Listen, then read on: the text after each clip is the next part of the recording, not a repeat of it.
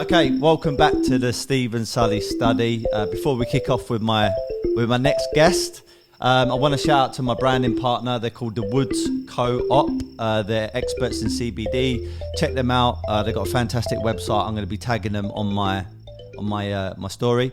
Got my next guest. This is the first time I've interviewed a former guest partner, which is quite cool. So I've interviewed Coop DC a few times.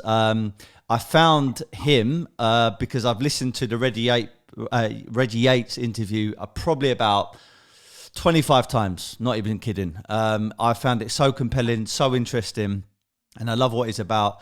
I had the pleasure of training with him. I was training for a boxing fight. That was last year. We done an outdoor workout, which was cool. And then on the second time round, we went into a restaurant, which was a plant-based restaurant, I think in East London somewhere. Powerful. And he said to me, listen, you need to interview my other half. Laceinne, is that how I pronounce it? Laceinne. Cool. Yeah. Do you know when I started following you, I was watching some stuff, and I've always found your content really interesting. And then you started speaking, you got an American accent, and I didn't even realize that you were from America. I just assumed you were from London as well. So what's your background? I mean, what part of America are you from? Yeah, so actually I was born in New York, but we moved to Florida when I was about 10 years old. Right. So I'm a Florida girl. I was raised in Florida. Love it there. That's where I call home. Lovely. Okay, cool. And so how would I describe you? Because I would say initially I follow you on the Pink Coconut, which is another handle you go by. You've got a lot of followers. Obviously, you're pumping out some very, very good content out there. Wellness, I don't want to say the word expert, but is it a wellness expert, pregnancy expert, mentor? I like to call myself a holistic doula and then also a natural pregnancy and postpartum coach. So what I do is I help guide people either by leading by example or by having these conversations that aren't talked about enough, and guiding people towards a more natural, holistic, healthy way of living and also raising your child, going through pregnancy, giving birth, etc. Yeah. So this is a bit of a selfish interview today because even though viewers are going to get a lot of inspiration from this and an education, I've got a son who turned 2 only last week, and we're planning to have another child.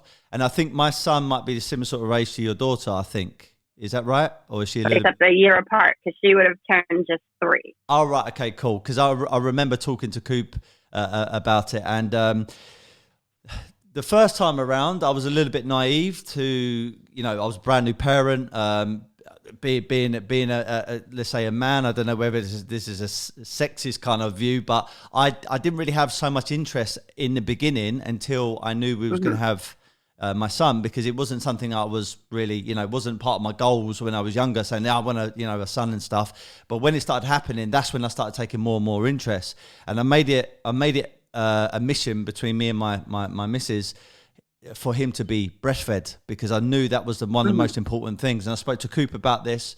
I'm a part of a wellness company called Mimboso, and one of the partners on there is a guy called Ruben Tabarez. He is the strength and conditioner and a slight nutritionist to David Hay, Derek Dezora, etc. And even he said to me, breastfeeding your kids is one of the best things possible. So I know you're a big advocate of that. Mason has just stopped breastfeeding only about a week or so before his 2nd birthday. And some people were calling me crazy. They was like, how can he go on for so long? I said, well, in actual fact, he probably should have gone on even longer. What's your kind of, your view, your kind of knowledge about, breastfeeding children? How important is it for them? It's the most important thing we can do for them. So my daughter just turned 3. She still nurses occasionally. I think a lot of people tend to be super opinionated when they just don't know enough about it. So with my daughter, she only now nurses to sleep at nighttime. So for her, that's a huge milestone. She's never gone to sleep even at nap time without nursing, or just nurse throughout the day. So it's only at nighttime. But breast milk is nutritionally complete. If we weren't meant to give it to our children, we wouldn't lactate at birth. It's that simple. the UK has the lowest rate of breastfeeding moms in the entire Western world. Wow. So you take any like America, Canada, Australia, the UK. The UK has the lowest rate of breastfeeding moms, and it's because it's not supported. There's a study done, and this study was actually U.S. based, but 80% of moms were offered formula within 3 to 4 hours after giving birth. And that just proves that we are not being supported as breastfeeding mothers. It's hard. That's the thing. Breastfeeding isn't easy. And so when a new mom has a baby and my mom, for instance, didn't breastfeed me, so she didn't know how to support me. And I find that that happens quite often. You don't have a group of people around to support you just because they've never done it. They don't know. And so it's easy to say, oh, you need a break, or you know what? Let's fill a bottle up because dad needs to bond with the baby. And to me, that's bogus because there are so many other ways that dad can bond with baby that isn't breastfeeding. If you were meant to feed your child, you would lactate too. It's that simple. We're overthinking things here. When our daughter was born, Coop used to bathe her. He used to brush her hair. He used to stretch her legs out because, when they're tiny, they're just kind of all bunched up. So there's plenty of things that dad can do. Mom is just the feeder. That's just what it is. That's naturally how it is. Like I was saying, breast milk is nutritionally complete. So it contains everything that our children need to grow big and strong and healthy, especially within those first few months to that first year. It fattens them up nicely. It's got exactly what they need. So the other argument is that, well, I just breastfed my baby. It's an hour later or half an hour later or 2 hours later, and my baby's hungry again. So they're not getting full and I'm not producing enough. Also not true. The thing is, our food, our milk is so perfect for your child that they digest it so easily, breaks down, passes through. Now they're ready for more. Yeah. And that's natural. Yeah. Yeah. Without going into like a kind of a conspiracy thing here, like what my take on it is as well, they don't sort of drill into people on TV about breastfeeding because let's face it, how can they make money from it? So the natural thing with it is that they're pumping out these adverts about formula milk or alternatives, but the reality is, nature has provided something for you, and because it's provided it for you, it's going to be the best thing, certainly for the first few years for your baby to develop. Mm-hmm. And one thing I was blown away with when I was in the hospital with Emma and then Mason was born, she was producing this golden like syrup before the milk, and I had like, bearing in mind, like I'm just a normal guy from London, and I was like, what the hell is this? But I found it amazing, and we had to get a syringe and basically off her nipple, draw back and get this golden like syrup, and I was pumping it into his mouth when he was just literally a day old, and I was fascinated. And they came up, it was like they came up with like a nickname for it. It was like the golden something, but there's a real term for it. Name colostrum. That's it. So what's the benefit of colostrum? So colostrum has a different consistency, and it's a fuller, fattier milk for those first few days. It's so like honey. What happens is maybe kind of. Yeah. So what it is you're pregnant, and after you give birth, your body is being signaled, okay, the baby's here now. I have to produce milk. That takes a few days. It can take 2 days. It can take 3 days.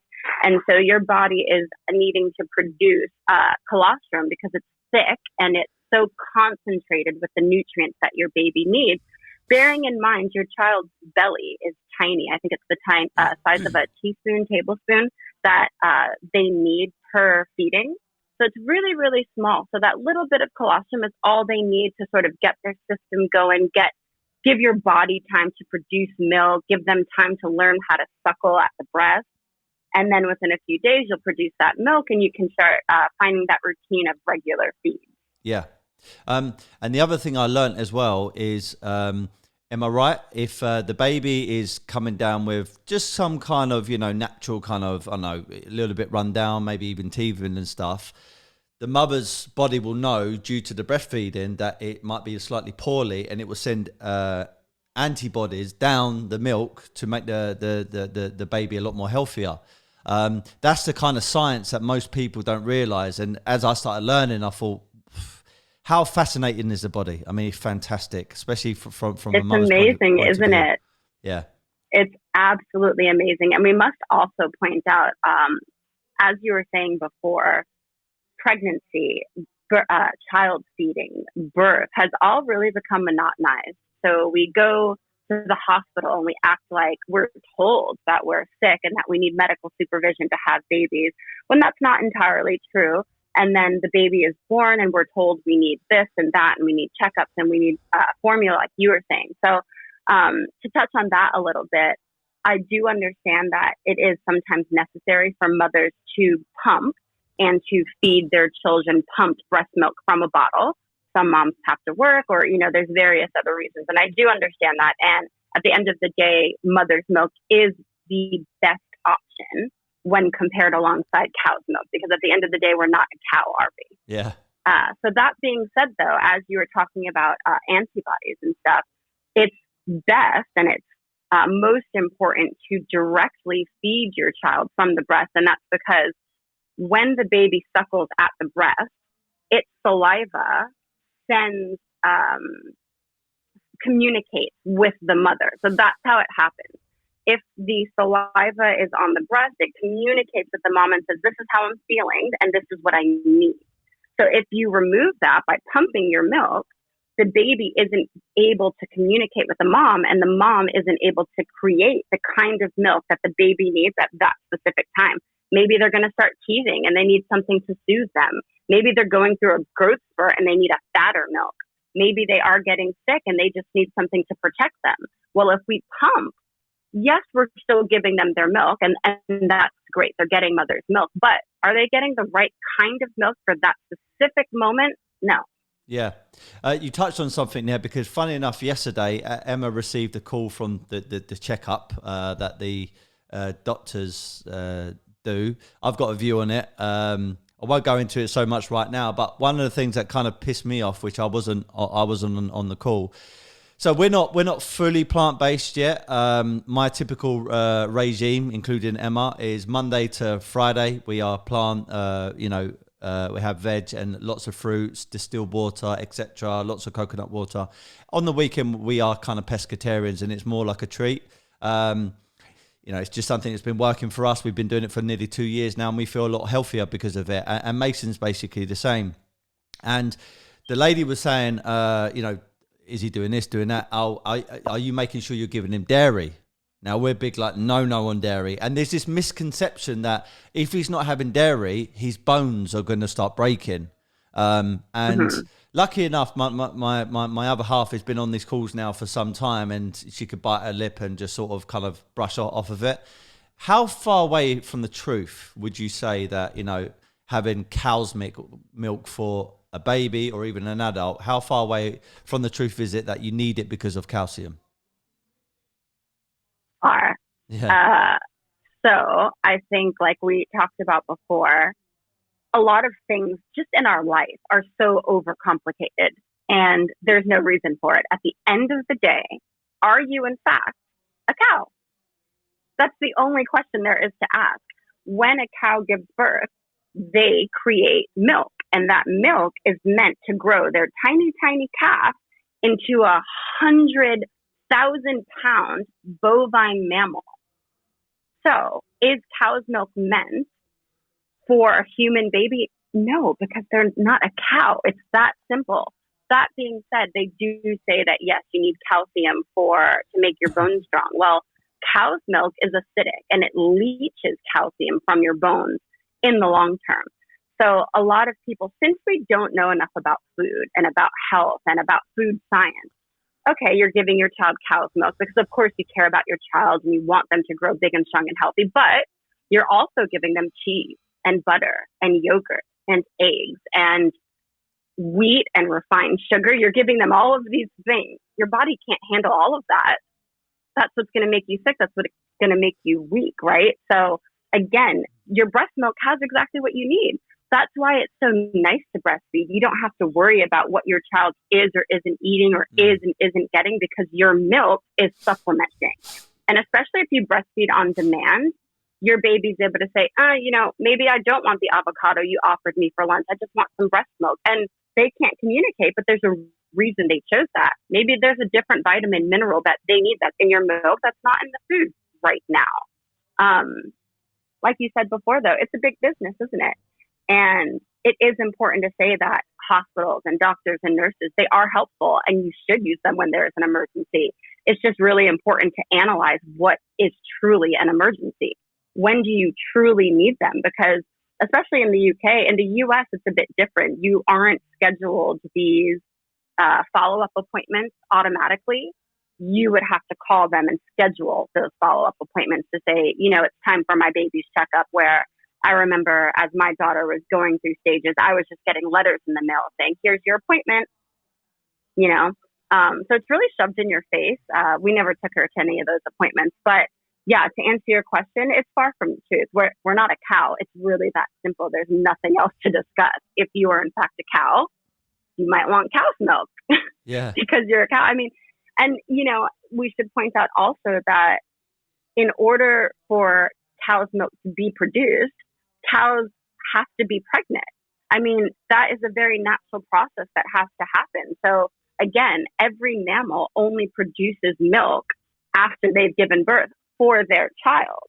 So, to talk about, that topic a little bit, it's just really sad because they're impregnating these cows, ripping their calves away to then milk them, to give the milk to humans. It doesn't even make any sense. It's cruel, totally cruel. And then also that kind of jumps over to the other sort of misconception, which is protein.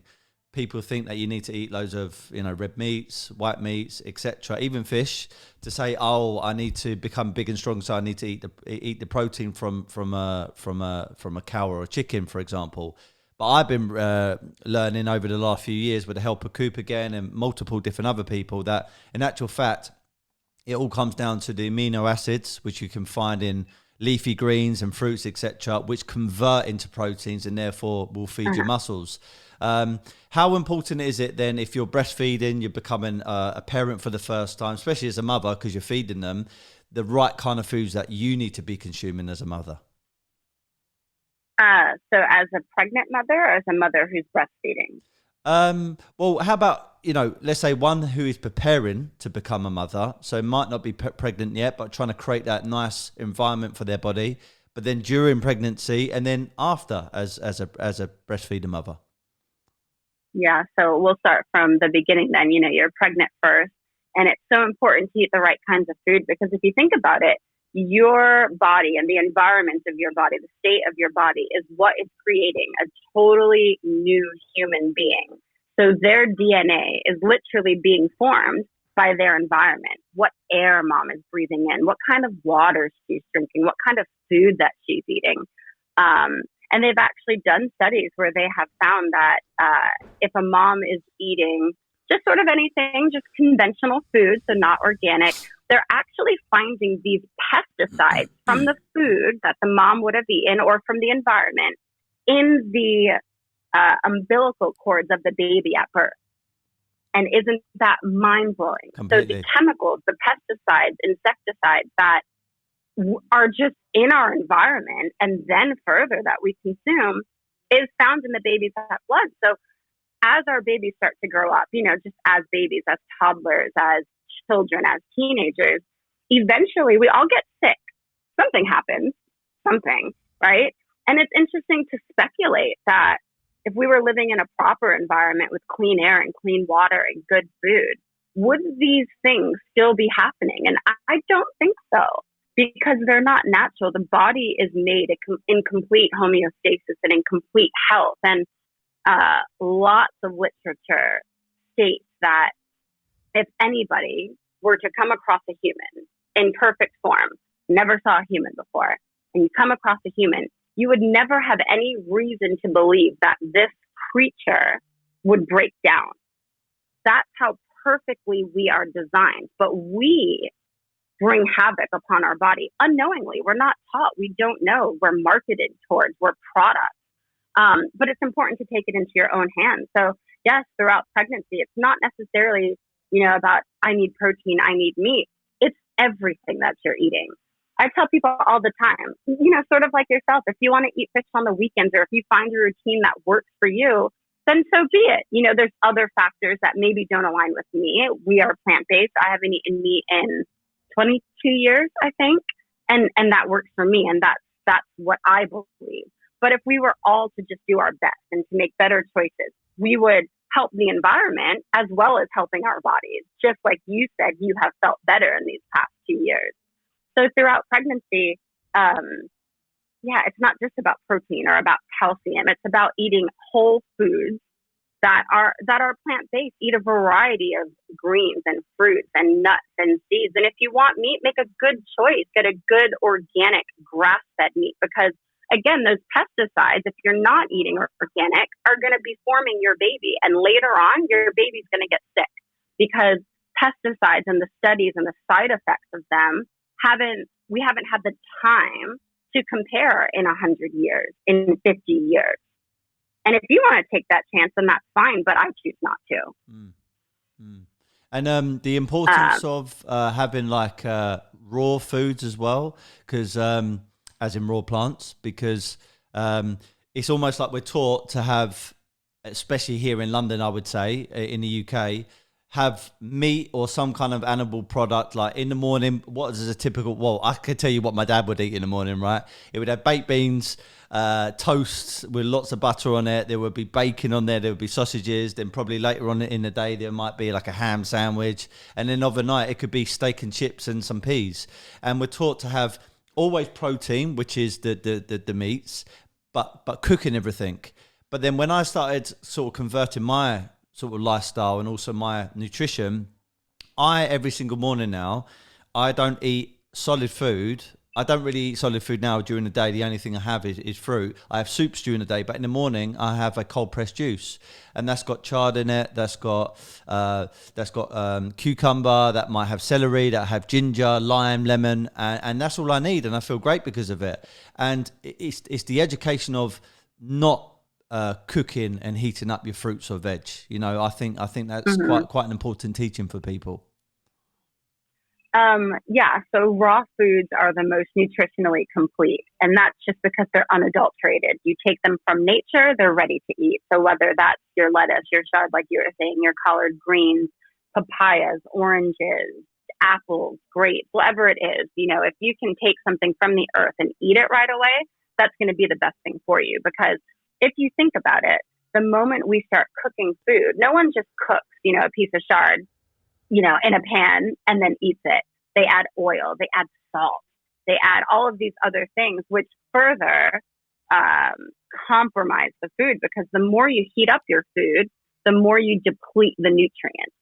And we can take it a step further. You add salt. Now it's dehydrating. You add oil. What kind of oil are you using? Because most people might use a corn oil or vegetable oil or canola oil, which might be cotton or soy-based. And all of these oils, first of all, are typically genetically modified. So if we're touching back on the pesticide usage and stuff, so they're genetically modified. But also, if you are going to use oil to cook, you should be using an oil with a high smoke point, which means that essentially the oil doesn't burn off as you're cooking your food. So if you're burning your oil, by using, let's say, corn oil, and you're cooking your chard in it, you're depleting it. Now you're eating burnt GMO oil. You're bringing all of this lack of balance to your body. You're making yourself sick.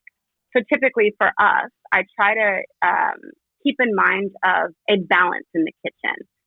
We do eat cooked meals, but I'm fully aware of how I'm cooking things. So more times now, I water saute vegetables. And what that means is that I don't call it boiling, because it's not a pot of water and sticking the veg in. It's just a little bit of water and sort of cooking off the water, whether I'm making, broccoli or green beans or, I don't know, zucchini, courgette, you guys call it. Yeah. So whatever those things are, I water saute it, and then I might caramelize it. So give it a little bit of a deeper flavor and a caramelized note with coconut aminos, which comes from coconut. So you learn to cook differently. And then I always weigh out what I'm eating. So for instance, the other night I was making some water sauteed veggies with a salad, and I had a bell pepper, and I could have put the bell pepper with the sauteed veggies, but because I'm aware of how much raw I'm eating to cook, I said, actually, let me just cut the pepper and put it in the salad because I don't have to cook it. And I think that's really the main thing here is, like you were saying, how your dad might eat is probably how you were raised to eat as well, if I'm correct. Definitely, yeah. I mean, I was always one to have a toasted sausage sandwich with ketchup on it. And don't get me wrong, back in the day, it was beautiful. I used to really, really enjoy it. Yeah. But now on reflection, my energy levels an hour or two after were completely depleted. But I thought that was just normal. I thought, oh, because I've eaten, I should be tired. Now I have a cold pressed juice in something called a mason jar. And I drink that, and that will take me up until like 12:30 easily. I could probably go on for longer. Yeah. I've got to admit as well, I've excuse my French here, but I've pussied out a few times with Coop when he was sticking it on me to do a water fast and stuff. I've broken a few times, but I need to do it. But anyway, so that's how I was raised, basically. Yeah. Yeah, so I was also raised the same way, standard American diet. So in my household, my mom was never, you have moms, or like my grandma loves to cook and she's a great cook. Coop's mom is an amazing cook. That wasn't my mom. My mom wasn't that. We ate, so my background, my mom is Puerto Rican, my dad is Ecuadorian. So that's a lot of fish and pork and white rice and beans and plantain. And that's what we were raised on. I mean, if there wasn't white rice in the meal, my dad didn't eat dinner. So we could have had pasta at 6. By 7 or 8, my dad would have been like, where's dinner? Because we've only had pasta, right? Because where's our rice? So this was every day. We grew up with our sodas and our crisps and tinned foods, all of these just really nutritionally depleted foods. So, I don't want anybody to think, well, a lot of people might think, well, it's easy for you because, you've been doing this. No. I had to teach myself to do this because it wasn't in my house. And we had standard fruits like anybody else, grapes, apples, bananas, oranges. But your more exotic fruits, your dragon fruit, or even papayas, which I enjoy immensely now, these aren't things I ever had. I had to learn about them. So I grew up the same way, eating these big, I don't know whether they were pancakes or waffles, or I used to really love eggs with toast and cheese, just lots of cheese, but never any vegetables. So we're all used to waking up and dehydrating ourselves. Yeah. So then, of course, we're tired. We have headaches. Maybe we're breaking out, or we can't. We don't have as much energy. We experience that midday crash, and it's because we're waking up, and the first thing we're doing is weighing our body down. So what I was going to say about your dad and just about, any of us who eat like this is just that we're all experiencing food addiction because we were all taught that way. So food addiction, occurs and we don't even know that we are addicted to food because, again, we have grown up in a household where we wake up and we have our beans and our toast and our sausage sandwiches and it's normal. But the point is, when you wake up, it's not time to eat. No, it's time to hydrate maybe. Yeah. Right. And keeping in mind too, that a typical meal can take up to 24 hours to digest. Yeah. So if you do the math, a typical meal, taking 12 hours to digest, that means you can only digest 2 meals in any one day. Mm. So if everyone's eating 3 meals or more, and the first thing we do is wake up and eat more, when our body hasn't even digested yesterday's food, well, now you can see that we're backing ourselves. And again, we're bringing our body out of balance. Yeah, yeah. Because we don't need to eat. We just wake up and we're taught it's breakfast time. And how many people do you know, and I'm sure you might have experienced this yourself, I used to, where it's 12, 1 o'clock, it's midday. Food is not on my mind. I'm not hungry, but I see the time and I'm like, oh, I've got to eat lunch. Yeah. You're programmed. What? Yeah.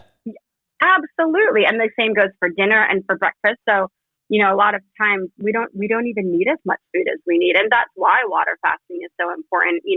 Amongst the health benefits, it's also just about self-discipline and what you can accomplish, and mind over matter, mind over your body, and being in control of yourself again. That's a major thing that fasting brings to you. Yeah. This is not me, but I know if someone was listening to this right now, there's a guy in my studio who I work, because I'm in Soho here. I've got an art company, and there's a guy who's very much into his training. So am I, but he does a lot of, let's call it bodybuilding. And his argument to me, if he was the third person on this right now, I could just hear him. He could say, yeah, but I'm bodybuilding, so therefore I'm going to need to have loads of calories. What would be the kind of rebuttal to that? As far as fasting, or just generally with food and what our food Yeah, choices? because he says I need 5 meals a day because I'm trying to get bigger, etc. I mean, is that true? You do if you're trying to get bigger, or is that still a slight misconception? So two things. First of all, I'm not going to touch on it too much because Coop would definitely be your guy. He's the one for that.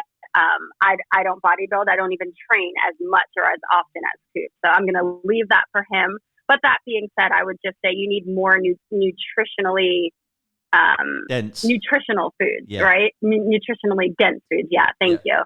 So it's not always about how much you're eating, but sometimes it's about the quality of food that you're eating. Yeah. Because just like you said before, that you've already learned, what happens is all of these amino acids from the food come together to give you those proteins, or to give you these minerals and vitamins that keep your body going. So it's not necessarily about how much you eat so much as the quality of food that you're eating. Okay, yeah, perfect. There were two things you said as well, which I'm trying to remember them. The first one is what Coop said, I think used to say to me, and then you just referenced it.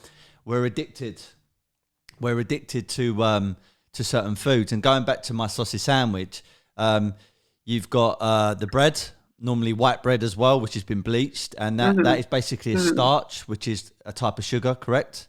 And then you've got tomato ketchup, and I didn't realize a Heinz tomato ketchup how much sugar, teaspoons of sugar, is actually in that. And you get full up, but then the kind of sugar kicks in, and then you start to feel hungry again, and you start to get addicted to that sugar. That's the first thing. The second thing he used to say to me, which I heard him on the Reggie Yates podcast say, he said, we don't get addicted to meat. We get addicted to the seasoning, which is put on meat. And the second thing is the texture. We're addicted to the texture. So is that something you kind of would support? Yeah, for sure. I mean, generally speaking, Coop and I think very much alike. So we do share a lot of the same thoughts. Like I said, for me, I stopped eating meat when I was 12. I think I was 12 or 13. I actually don't even remember what happened, but my mom said that I came home from school, I had learned something, and I was like, I'm not eating meat. And what was that like? My parents. What was your mom and dad like? Yeah.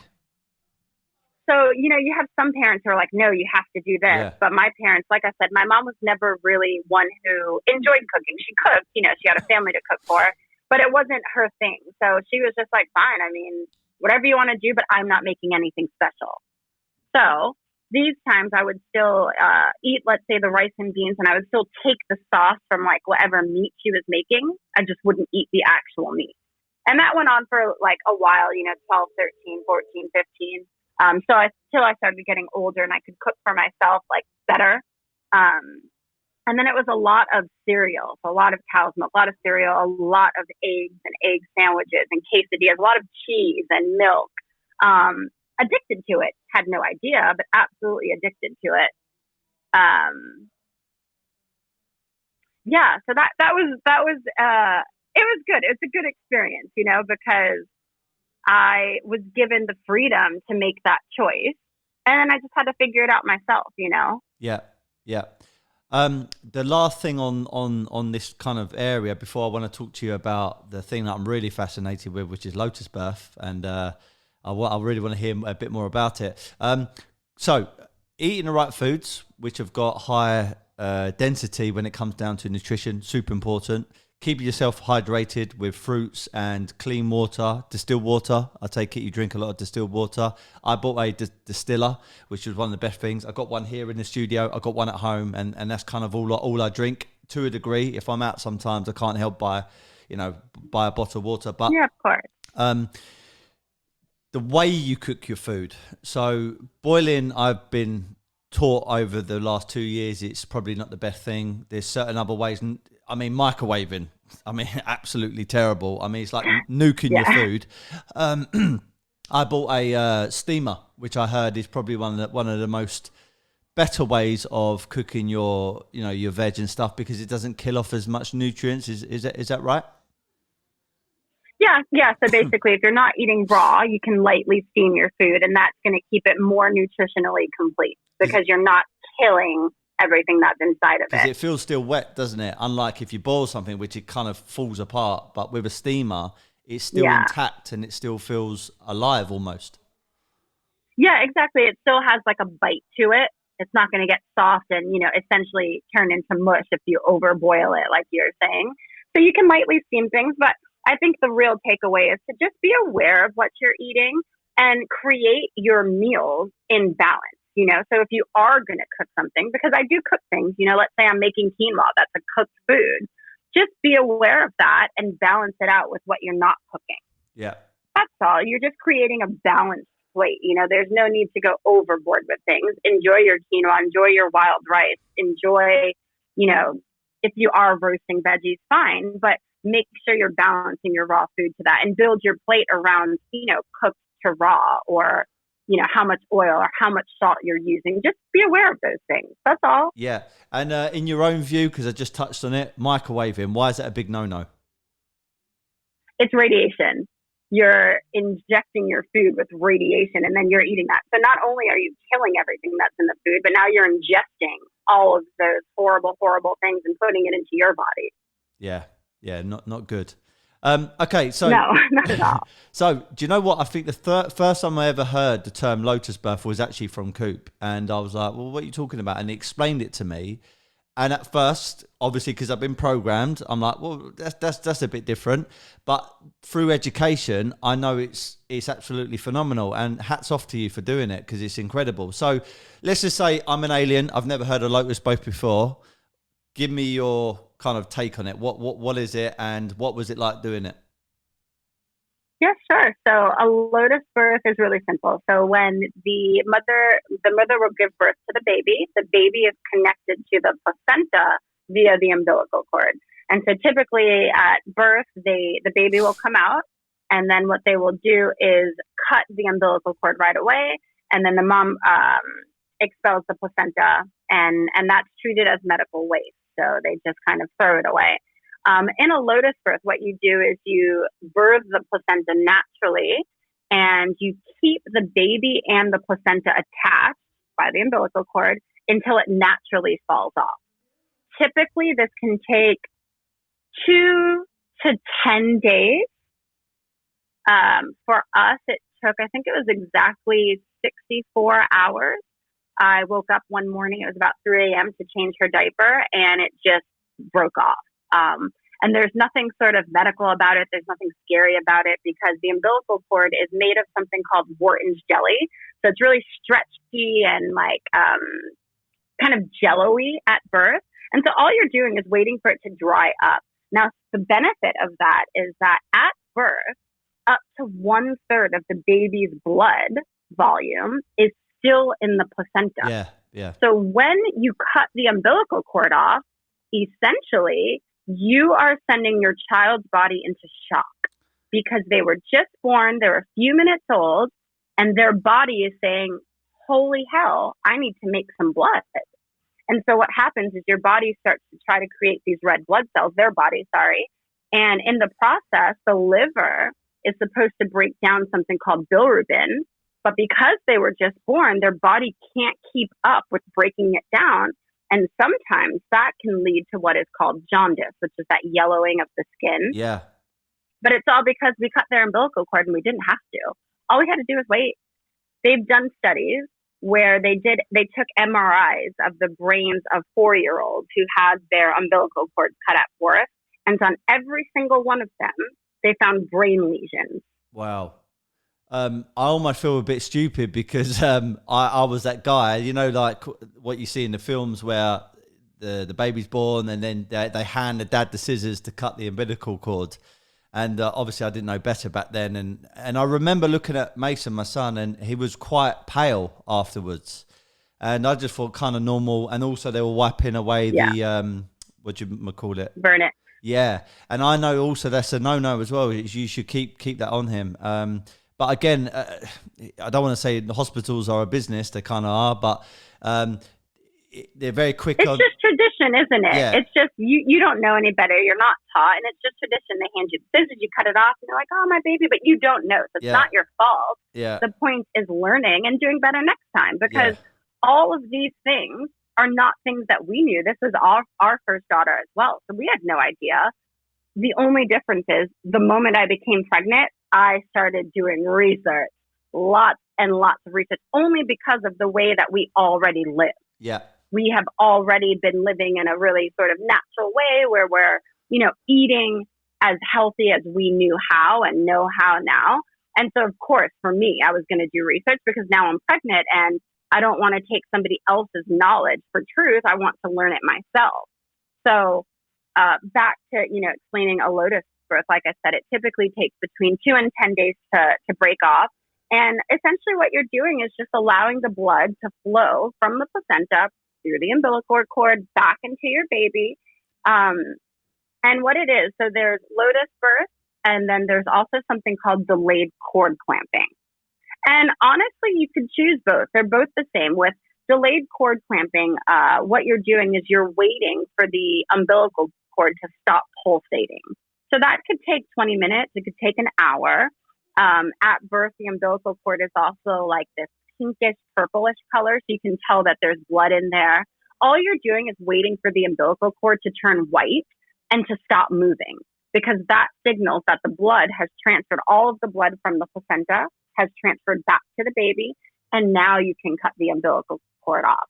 So the difference is with the lotus birth, it's a bit more spiritual, and it's a bit more of a reminder that the mom has just had a baby. Just take it easy. You don't need to be getting up and walking around and acting. A lot of moms, myself included, are offered help in those beginning stages. And we're like, no, I can do it. I can make my own food. I can take my own shower. I can do it. I can do it. And the point is, you might be able to, but you don't have to.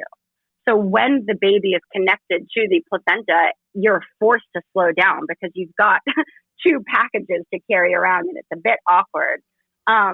But again, you don't have to do a lotus birth. You could do delayed cord clamping. The point is, those are your options, though. Do not ever cut the umbilical cord right away. There is absolutely no reason for it.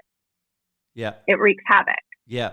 And so practically then, so when your daughter or when your child is still attached to the placenta, is it a case of just putting it next to them in a cot, or how do you go about kind of setting it up?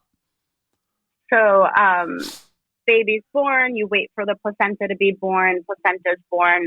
What you will do is when the mom's ready to start moving, just go to the bathroom, shower, water source. You're going to want to clean the placenta off because it's going to be bloody. It just came out of the mother's body. Clean it off, pat it dry, put it in a bowl or a basket. We use a glass bowl. They do actually sell, like on Etsy, people make placenta bags. So things that they make that you can put it inside of. We just use a glass bowl. And then you can put Himalayan pink salt, some dried rosemary, some lavender, some rose on it to make it smell better. In our experience, we added those things right away. And we actually feel that made the placenta smell when in hindsight, it didn't smell to begin with. So I do recommend, if anyone is going to do a lotus birth, clean it, pat it dry, and then leave it alone. If you start smelling something, because it is an organ that just came out of the body, then put those herbs on it to take away from that smell. But initially, you don't have to wait it out because, again, for us, the placenta fell off, the umbilical cord fell off in 2 days. It was really fast. 3 days, sorry. But for some other people, it might take longer, and you might want to use those herbs. But again, once you have the placenta in the bowl and you have the baby, over here, it just teaches everyone to slow down.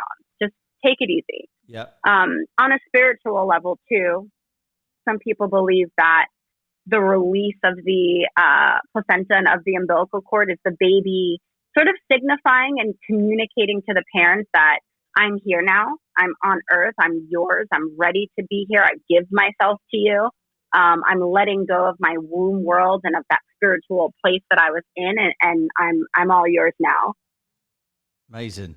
And okay, so after your child is born, then, and obviously let's say 6 months, 12 months down the line, and hopefully people are breastfeeding. Oh, this is what I was going to ask actually earlier.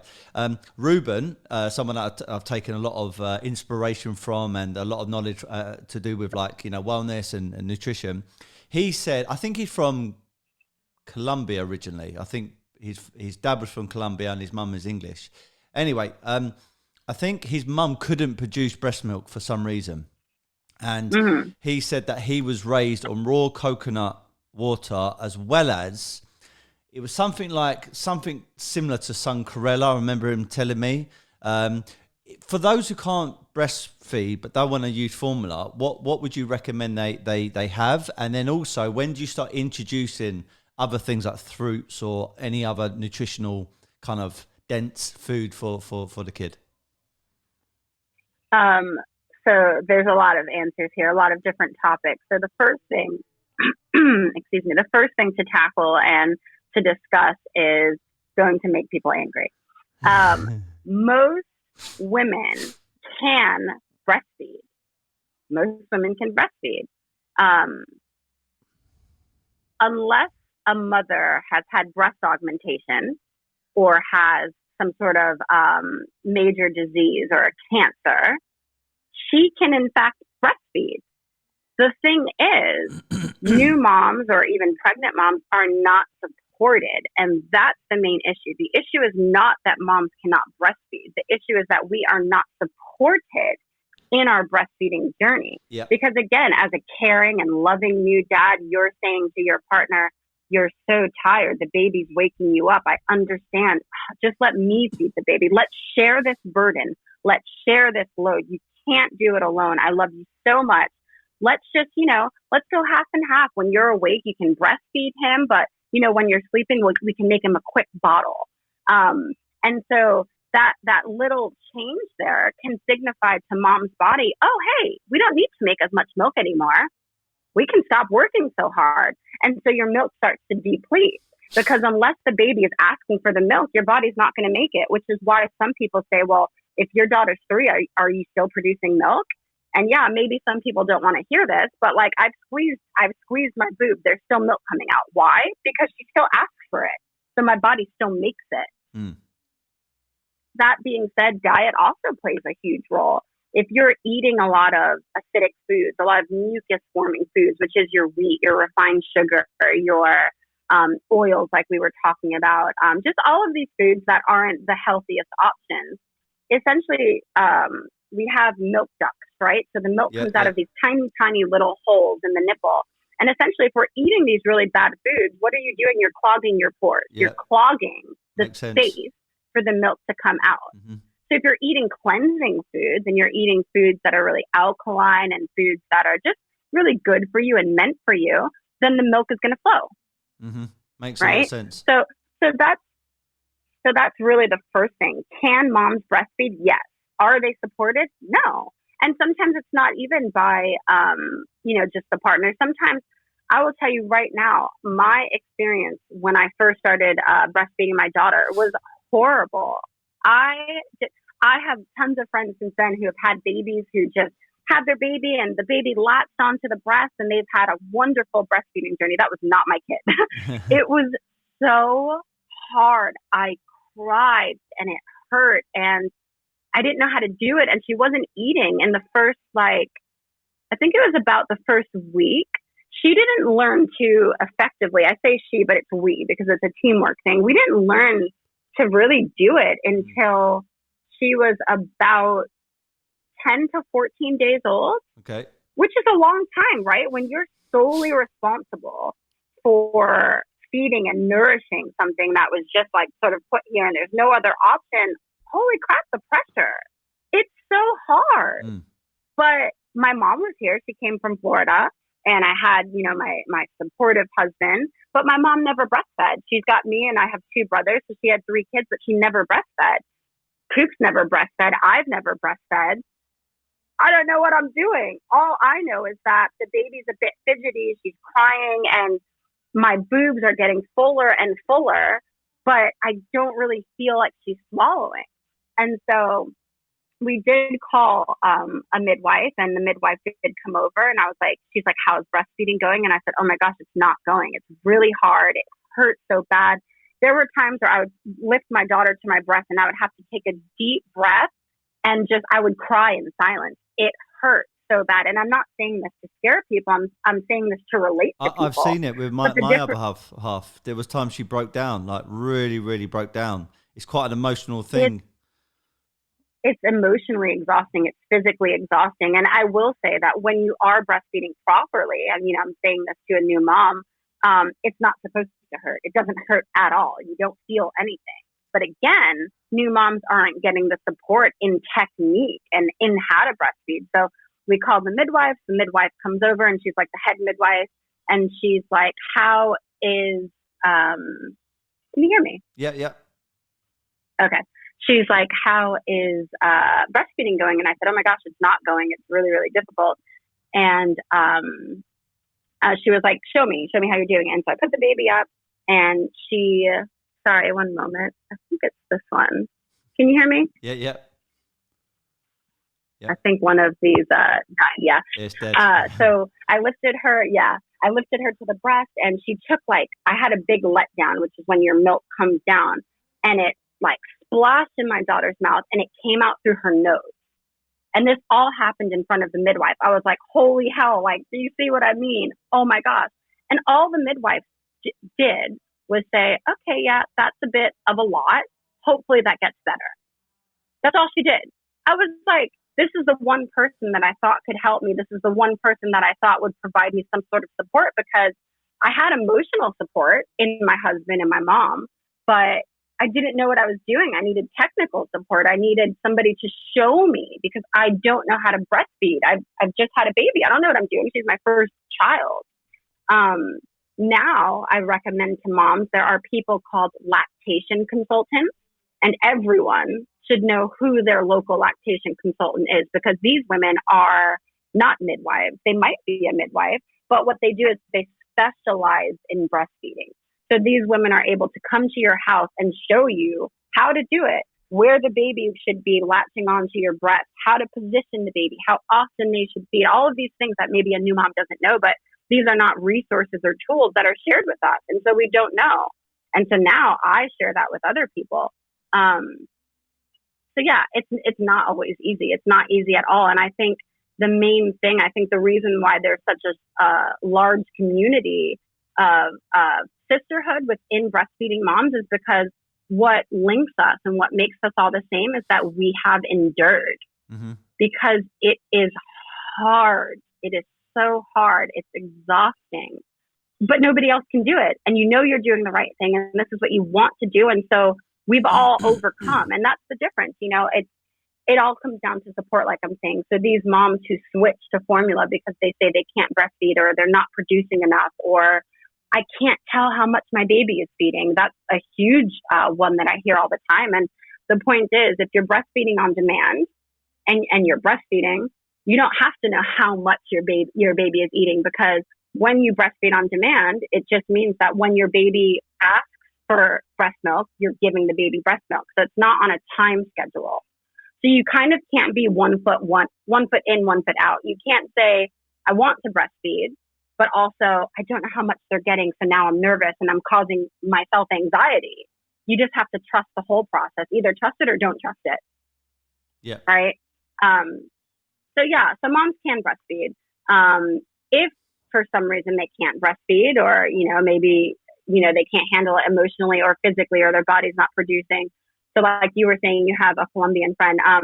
Each sort of region of the world, sort of country of the world, especially when you're talking about different groups of people, different ethnicities of people, they have different formulas that they feed their children. So I know one that is recommended. I think the baby has to be, it's at least 6 months, and it's a combination of hemp seeds and distilled water and something called bromine. bromide, I think. Okay. And maybe some dates and mix that all together, and that's sort of a natural formula. That's not something I've tried. That's only something I've read. But again, just like your friend is from, I think you said Colombia. Yep. Each sort of group of people will have their own formula and their own way. Because remember, giving birth, having babies, breastfeeding is an ancient practice. It's something that we've all done throughout history, right? Yep. We wouldn't be here if we weren't all getting pregnant and giving birth. So it's not new. It's only been made new. I think hospitals came around in the 18th, 19th century, and they were marketed towards us. And this is something people fail to put into perspective. They think that having a baby is a medical emergency, and it's not. We were taught when hospitals were erected and when they were built, they were marketed towards us. So before then, we were all having our babies at home. And typically there was a midwife there. And this is where the truth gets really ugly and people don't always want to hear it. But many midwives were melanated. So whether they were Hispanic or African or Jamaican, wherever they were coming from, we were colored women. And so when hospitals were built by European men and they wanted to start making this into a business and monetize it, how they marketed it was, well, the wealthy people, the people that can afford this, the people who are concerned about being clean and being safe because you don't want those dirty, poor women touching you, well, they'll come to the hospital. And that's what everybody started doing because it made you seem like you could afford it and like it was nice and it was clean. But this is where all those practices come into place. There's nothing medical about childbirth. This is also where it wasn't until the 17th or 18th century that King Louis of France, he really, really enjoyed watching his mistresses and his wives give birth. He enjoyed it. And so throughout history, in statues and paintings and sculptures all over the world, whether that's in China, India, Ecuador, Peru, South America, like Brazil, wherever, we've always given birth in an upright position or on a birthing stool. So you're kind of sitting in a chair, you're upright, it's unnatural, you're standing, isn't it? you have one leg. It's unnatural. It's natural.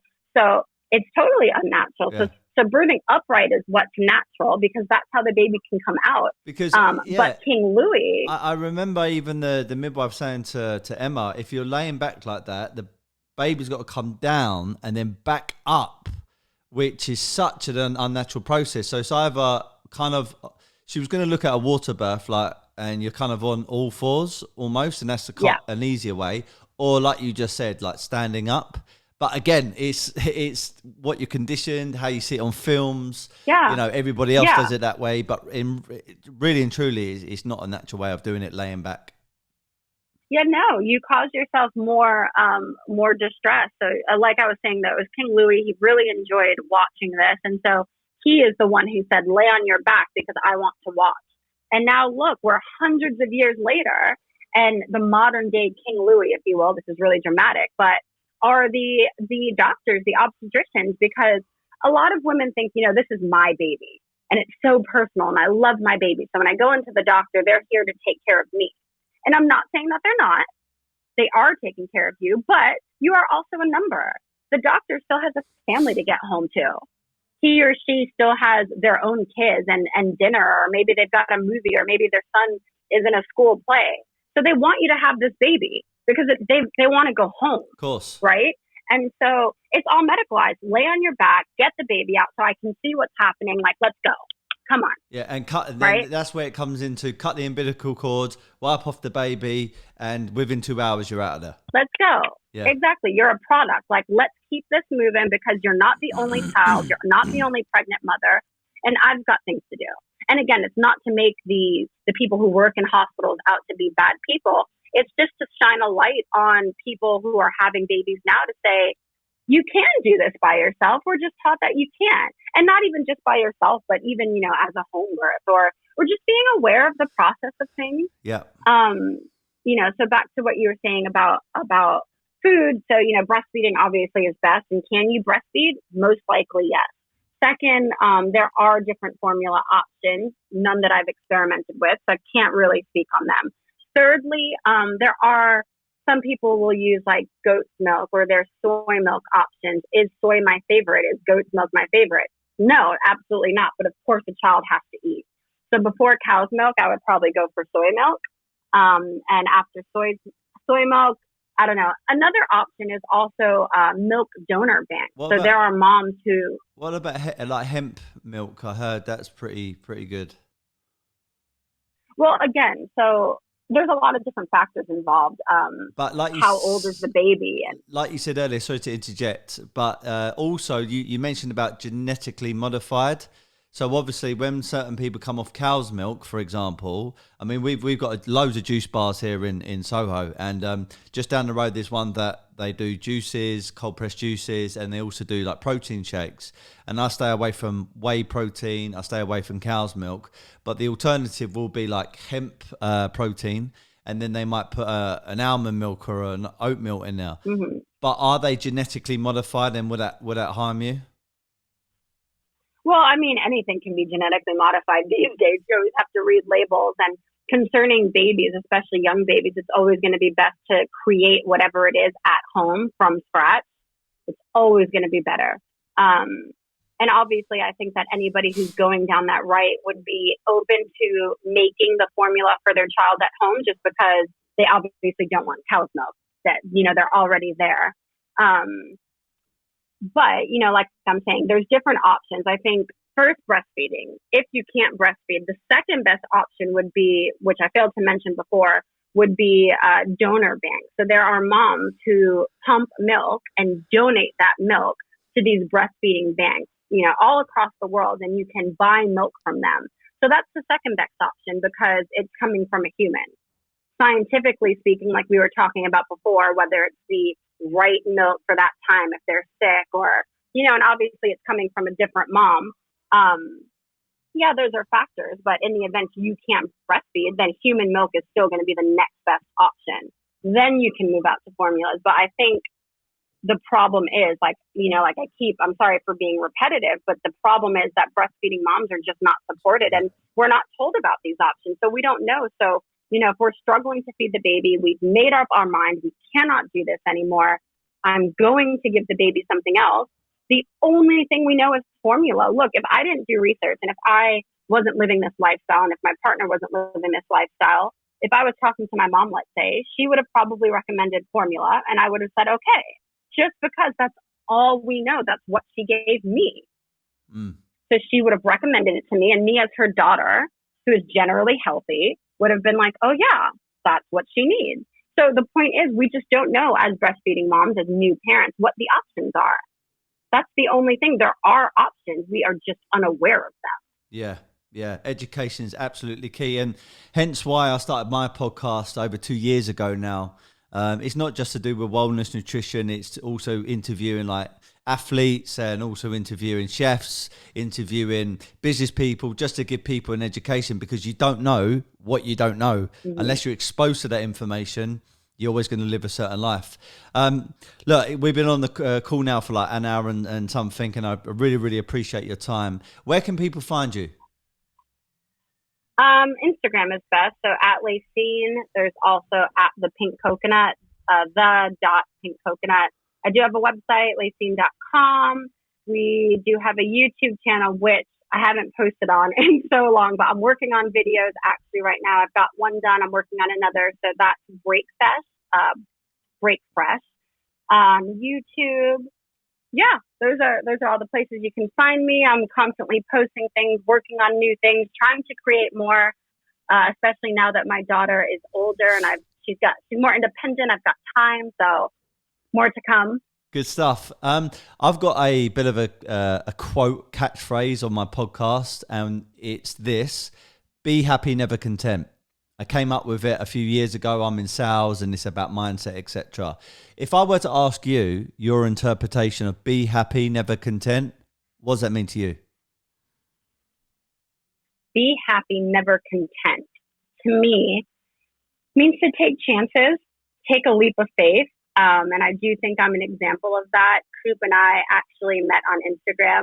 Whoa. And so with crazy, but with a leap of faith, I got on a flight and I came to meet him, and then I went back home, and it was only a few months later that in another leap of faith, I quit my job and I moved to London. Wow. That fast.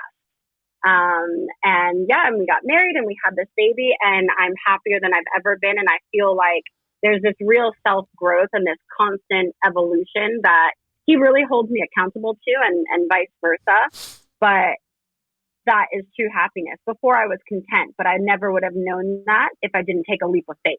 Yeah. Follow your heart. Yeah, perfect. All right. Thank you very much for your time. I'm definitely going to continue following you, and I'm going to implement certain things. And if the time comes up, we've got number 2 on the way. I'll definitely be drilling down more into your information and trying to get the very, very best from it. Absolutely. And I might be back on the phone to you, actually. Yeah. Cool. Thank you very much. Do we need to do any photos? All good. All right. Thank you for your time. This is going to come out next Wednesday. So I'll just share some of the stuff with you. And if you want to post it, then great. Yeah. Send me the stuff and I'll post it, of course. Good stuff. Enjoy your day. Say hello to your family. All right. Take care. Thank you. I will. All right. Bye. Bye.